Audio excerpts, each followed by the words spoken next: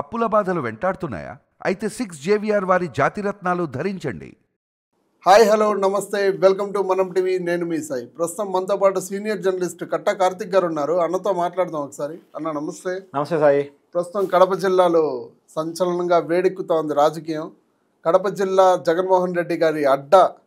అక్కడే నారా లోకేష్ గారికి పార్టీ పగ్గాలు చంద్రబాబు నాయుడు గారు అప్పగించబోతున్నారు. జగన్మోహన్ రెడ్డి వర్సెస్ నారా లోకేష్, ఇది ఎలా చూడొచ్చు అంటారు? జగన్ అడ్డాలో చంద్రబాబు నాయుడు బిడ్డ నారా లోకేష్కి పార్టీ పగ్గాలు. ఇప్పుడు రాబోయే కాలంలో టీడీపీ భవిష్యత్తు ఏ రకంగా ఉండేటువంటి అవకాశం ఉంటుంది, ఆంధ్రప్రదేశ్ రాజకీయం ఎలా మారే అవకాశం ఉంటుంది. ఎందుకంటే వైసీపీ అధినేత జగన్మోహన్ రెడ్డి వర్సెస్ టీడీపీ నాయకుడు నారా లోకేష్, వీళ్ళ రాజకీయం వీళ్ళిద్దరి మధ్య ఎలా ఉండేటువంటి అవకాశం ఉంటుంది. 4 దశాబ్దాల టీడీపీ ఇంకొక 4 దశాబ్దాల పాటు దూసుకెళ్లే దానికోసం కొత్త నాయకత్వాన్ని, యువ నాయకత్వాన్ని పెట్టుకుని ముందుకెళ్తున్నటువంటి క్రమంలో ఇవి ఖచ్చితంగా ఆంధ్రప్రదేశ్ రాజకీయ రసవత్తర సన్నివేశాలు, వీటి గురించి మాట్లాడుకోవాలి. ఇప్పుడు నారా లోకేష్ గురించి మాట్లాడుకోవాల్సినప్పుడు చంద్రబాబు నాయుడు బిడ్డ అనే విషయాన్ని ఒకసారి పక్కన పెట్టేస్తే తానుకు తానుగా నాయకత్వాన్ని నిరూపించుకున్నాడు. ఇప్పుడు మంగళగిరి శాసనసభ్యుడు నారా లోకేష్. మంగళగిరి 1985 నుంచి టీడీపీ ఎప్పుడూ గెలవనటువంటి సీటు. అవును. వాస్తవానికి 2019 ఎన్నికల్లో ఇదే సీట్ నుంచి నారా లోకేష్ ఓడిపోయాడు. టీడీపీ నాయకులు అనేక మంది 2024 ఎన్నికల్లో మీరు ఈ సీట్లో పోటీ చేయొద్దు, ఎందుకంటే నాయకుడిగా మీరే ఓడిపోతే ఒకవేళ పార్టీ గెలిచి అధికారంలోకి వచ్చినా మీకు రాజకీయ భవిష్యత్తు ఉండదు. ఎందుకు ఎమ్మెల్యేగా కూడా గెలవలేని నారా లోకేష్కి ఎందుకు మంత్రి పదవి ఇస్తారో అని అడుగుతారు, ఎందుకు బాధ్యతలు అప్పచెప్తారని అడుగుతారు. కాబట్టి మీ రాజకీయ భవిష్యత్తు మంచిగా ఉండాలి అంటే మీరు సేఫ్ జోన్ సీట్ నుంచి గెలవాలి. మీరు ఉదాహరణ చూడండి, జగన్మోహన్ రెడ్డి గారు చూడండి, రాజశేఖర్ రెడ్డి గారు నిర్మించుకున్న కంచుకోట అనేటువంటి పులివెందుల నుంచే తను పోటీ చేస్తున్నాడు. జగన్మోహన్ రెడ్డి సొంత నియోజకవర్గం లేదు, పులివెందుల నుంచే పోటీ చేస్తున్నాడు. సేఫ్ జోన్ సీటు, ఈజీ గెలిచే సీటు. ఎందుకు గెలుస్తాడు ఈజీగా? ఆల్రెడీ తరతరాలుగా ఆ కుటుంబం ఆ నియోజకవర్గంలో హోల్డింగ్ పెట్టుకుని ఉంది కాబట్టి జగన్మోహన్ రెడ్డి ఈజీ గెలుస్తాడు. మీరు కూడా అలాగా టీడీపీకి కంచుకోటగా ఉన్నటువంటి ఏదో ఒక నియోజకవర్గం నుంచి పోటీ చేయండి, అవసరమైతే చంద్రబాబు నాయుడు గారి కుప్పం వెళ్ళండి అని చెప్పేసి నారా లోకేష్ గారికి అనేక ప్రపోజల్స్ వెళ్ళాయట. మీకు అలా కుప్పం వెళ్ళటం ఇస్తే తర్వాత భీమిలి రండి, ఇంకో చోట చాలా ప్రపోజల్స్ పోయాయి. కానీ నారా లోకేష్ వాటన్నిటిని తిరస్కరించి కుప్పం అనేది చంద్రబాబు నాయుడు గారు నిర్మించుకున్నటువంటి కోట, ఆయనకి ఆయన నిర్మించుకున్నారు. కుప్పమేమి టీడీపీకి అంతకుముందు ఉన్నటువంటి సీటేం కాదు. అంతకుముందు కమ్యూనిస్టులు బలంగా ఉన్నటువంటి, కాంగ్రెస్ బలంగా ఉన్నటువంటి కుప్పం సీట్ని టీడీపీ కంచుకోటగా చంద్రబాబు నాయుడు గారు నిర్మించుకున్నారు. అలాగా నేను ఒక నియోజకవర్గాన్ని నిర్మించుకుంటా, అందులోనూ టీడీపీ ఎప్పుడు గెలవని సీట్లో నేను నా కోటగా నిర్మించుకోగలిగితే నేను లీడర్ నన్ను ప్రూవ్ చేసుకున్నట్టు.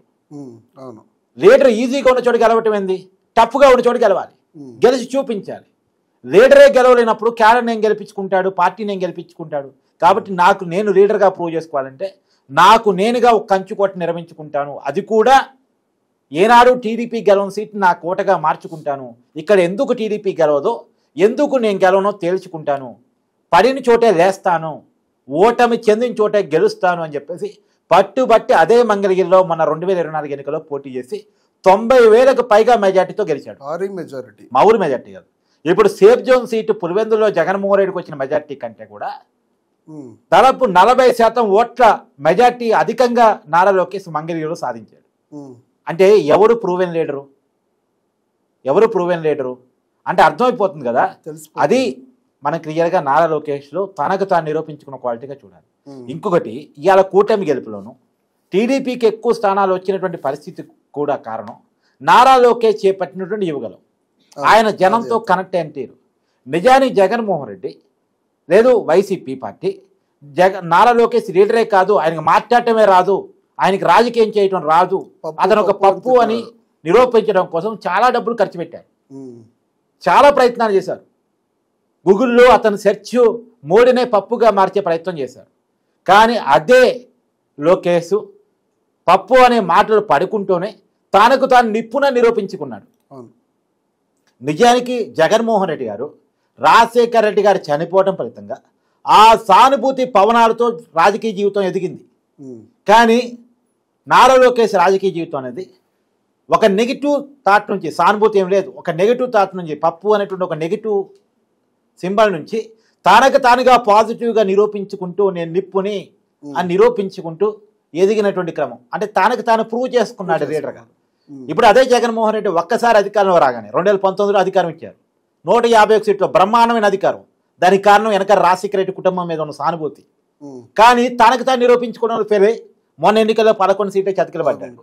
అంటే ఒక్కసారి అధికారం వచ్చేసరికి మీరు అధికారం ముఖ్యమంత్రిగా పనికిరారు, ప్రతిపక్ష నాయకుడిగా పనికిరారు అని ప్రజలు నిర్దేశించుకున్నారు. కానీ నారా లోకేష్ అలా కాదు కదా, ఎమ్మెల్యేగా ఓడిపోయాడు. ఓడిపోయినా సరే ఇలాంటి లీడర్ కావాలని మళ్ళీ అదే వ్యక్తిని అదే నిజవర్గ ప్రజలు 90,000కు పైగా మెజార్టీతో 2024 ఎన్నికల్లో గెలిపించారు. ఇప్పుడు అదే ప్రతిపక్షం లేని పార్టీ 11 సీట్లకు పరిమితమైన పార్టీ ఇప్పుడు పోయిన అఫిడవిట్లో ఇన్ని హామీలను ఇచ్చారు మాకు, ఇన్ని పథకాలను ఇచ్చారు మాకు, ఒక్క హామీ కూడా నెరవేర్చలేదు, ఇంకా ఇంతవరకు సూపర్ 6 కూడా హామీ నెరవేర్చలేదు అని చెప్పి నిన్న వైసీపీ పార్టీ వర్గాలు మొత్తం మాట్లాడుతున్నాయి. దీన్ని మొన్న కడప జిల్లాలో నారా లోకేష్ స్పీచ్తో మొత్తం ఓడగొట్టేసినట్టు జరిగింది. అంటే వైసీపీ ఎత్తుకున్న ఎజెండాని నారా లోకేష్ తన స్పీచ్తో కొట్టి పడేశాడు. ఏది ఏ పథకం ఎప్పటి నుంచి అమలు చేయబోతున్నాం, మేము 6 గ్యారెంటీలు హామీ ఇచ్చాం, దాంట్లో వెనక్కి తగ్గేది లేదు, మాట తప్పేది లేదు, మడం తిప్పేది లేదు.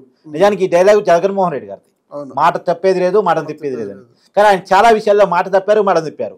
సంపూర్ణ మద్యపాన్ని నిషేధం అని మద్యపానం స్కామ్ చేశారు. తర్వాత ఉద్యోగులకు సంబంధించి అనేక హామీలు, పిఆర్సీలు, తర్వాత వాళ్ళ పెన్షన్ స్కీము, ఇవన్నీ కూడా అనేక హామీలు వెనక్కి వెళ్ళిపోయాయి. కానీ నారా లోకేష్ గారు ఏ ఒక్క హామీని వదిలేదే లేదు. ఇచ్చినటువంటి ప్రతి హామీని నిలబెట్టుకుంటామని అదే కడప వేదికగా ప్రకటించారు. నువ్వు మొదట్లో అన్నట్టు కడప జిల్లా జగన్మోహన్ రెడ్డి అడ్డా వాళ్ళ ఇలాకా అని చెప్పేసి అనుకునే నానుడు ఉండేది, గతంలో ఉండేది. ఎందుకు 2019 ఎన్నికల్లో కడప జిల్లాలో, ఉమ్మడి కడప జిల్లాలో 10 అసెంబ్లీ స్థానాలు ఉంటే 10కి 10 గెలిచారు. పార్లమెంట్ స్థానాన్ని కూడా వైసీపీ గెలిచారు. కానీ ఈసారి మాత్రం పార్లమెంట్ స్థానాన్ని వైసీపీ గెలవగలిగినప్పటికీ కూడా అసెంబ్లీ స్థానాల్లో చూసినప్పుడు 7 స్థానాలు కూటమి గెలిస్తే 3 స్థానాలే వైసీపీ గెలిచింది. అంటే ఆల్రెడీ కడప కోటని కొట్టగలిగింది కూటమి, టీడీపీ మెజార్టీగా గెలిచింది. సో కాబట్టి అదే కడపలో టీడీపీ సవాలు విసురుతూ నారా లోకేష్ చేతికి బాధ్యతలు అప్పచెప్తూ ఇక్కడి నుంచే మా ప్రస్థానం మొదలు పెట్టబోతోంది, నీ పత్రం ఇక్కడి నుంచే చేయబోతా ఉన్నాం, కడపలో కూడా మేము బాగా వేశాం, రేపు రాబోయే కాలంలో కూడా వేస్తాం, ఈ పార్లమెంట్ సీట్ని కానీ మీకు వచ్చినటువంటి 3 అసెంబ్లీ స్థానాలను కానీ మేమే తీసుకుంటాం, ఎందుకంటే మీరు అట్టే అసెంబ్లీకి రావట్లేదు కాబట్టి మీకు అసెంబ్లీ స్థానాలు అవసరం లేదు అనేటువంటి విషయాన్ని ప్రజలే కమ్యూనికేట్ చేస్తామని చెప్పేసి చాలా క్లియర్గా నారా లోకేష్ గారు అదే వేదిక నుంచి ప్రకటించారు. చూడాలి రాబోయే కాలంలో వీరిద్దరి మధ్య పొలిటికల్ ఫైట్ ఎలా ఉంటుంది అనేటువంటిది. ఎందుకంటే ఈ రోజు కాదు, చంద్రబాబు నాయుడు గారు ముఖ్యమంత్రిగా ఆయన పూర్తి కాలం దాని మీద ఫోకస్ చేయాల్సిన అవసరం ఉంది. కాబట్టి ఎందుకంటే ఇప్పుడు ఆంధ్రప్రదేశ్కున్న విపత్కరమైన పరిస్థితుల్లో రాజధాని నిర్మించడం, పోలవరం నిర్మించడం, అభివృద్ధి చేయటం, పెట్టుబడులు తీసుకురావటం, కంపెనీలు ఏర్పాటు చేయటం, ఉద్యోగాలు కల్పించటం, 6 గ్యారెంటీల హామీలు తీసుకురావటం, రెవెన్యూ లోటును తీర్చడం, రెవెన్యూను జనరేట్ చేయటం, ఆర్థిక ఆంధ్రప్రదేశ్గా మార్చటం, హరిత ఆంధ్రప్రదేశ్గా మార్చటం, ఏ హబ్గా మార్చటం, యువతకి పెద్ద ఎత్తున ఉద్యోగాలు కల్పించి రాబోయేటువంటి నవ ఆంధ్రప్రదేశ్ నిర్మాణానికి బాధ్యతలు తీసుకోవాల్సిన పార్టీ బాధ్యతలు మాత్రం పూర్తిగా నారా లోకేష్ చేతిలో పెట్టారు. ఈ టీడీపీ పార్టీ అనేది 1982లో ఆ పార్టీకి ఉన్న రికార్డే, ఆ పార్టీ పెట్టిన 9 నెలల్లో అధికారంలో రావటం. ఆ రోజు ఎన్టీఆర్ గారు పెట్టిన ముహూర్త బలం ఏమో కానీ ఆ పార్టీ పెట్టిన 9 నెలల్లోనే అధికారంలోకి వచ్చింది. అనేక ఆటిపోట్లను చూసింది, అనేక ఇబ్బందులను చూసింది. అధికారం పోయింది, వచ్చింది, ప్రతిపక్షంలో ఉంది, అధికారంలో ఉంది అనేక మార్లు. కానీ పార్టీ మొత్తం కొలాప్స్ కాల. ఈ దేశంలోనే ప్రాంతీయ పార్టీలు కొద్ది గొప్ప నిలబడ్డాయి అంటే ఆ నిలబడ్డ పార్టీల్లో ఎక్కువ చరిత్ర ఉన్నటువంటి పార్టీ టీడీపీ పార్టీ. ఇప్పుడు దేశ రాజకీయాల్లో కూడా చక్రం తిప్పిన పార్టీ టీడీపీ పార్టీ. ఎన్టీఆర్ కానీ, తర్వాత చంద్రబాబు నాయుడు కానీ, ఇప్పుడు చంద్రబాబు నాయుడు మొన్న ఏకంగా ప్రధానమంత్రి నరేంద్ర మోడీ గారు మాట్లాడుతూ మేము చంద్రబాబు నాయుడు గారి కాడ నుంచి అభివృద్ధిని నేర్చుకున్నాం, విజన్ని నేర్చుకున్నాం. Okay, thank you sir.